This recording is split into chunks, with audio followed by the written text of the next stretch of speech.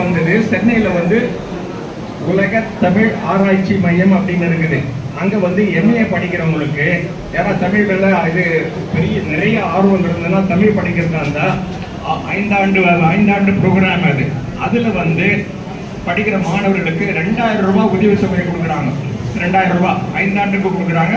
அப்புறம் நீங்க எம்ஏ படிச்சு முடிச்சுட்டா அப்புறம் அதுக்கு அடுத்தது நீங்க இது வேற ஏதாவது படிக்கலாம், இல்லைன்னா அங்கேயே ஆராய்ச்சி பிஹெச்டிக்கெல்லாம் போகலாம். தமிழ்ல வந்து நல்ல புதுமைத்தன்மை இருந்ததுன்னா இது நல்ல நிலைக்கு போக முடியும். கருணாநிதி வந்து திருவாரூர்ல இருந்து இது டிக்கெட் வாங்காம ரயில்ல வந்தாராம். கருணாநிதி பணம் இல்லையா அவர்கிட்ட. இப்போ அவங்களுக்கு எவ்வளவு சொத்து, அவங்களுக்கு பல ஆயிரக்கணக்கான கோடிகள் இருக்குது. இதுக்கெல்லாம் காரணம் என்ன? அவருக்கு தமிழ்ல இருந்து அந்த புதுமைத்துவ ஆளுமை. அதே மாதிரி இன்னொரு ஜெகத் ரட்சகன் ஒரு இவர் இருக்காரு, ஒரு மந்திரி இருக்காரு, நம்ம அவரும் வன்னியர் தான்.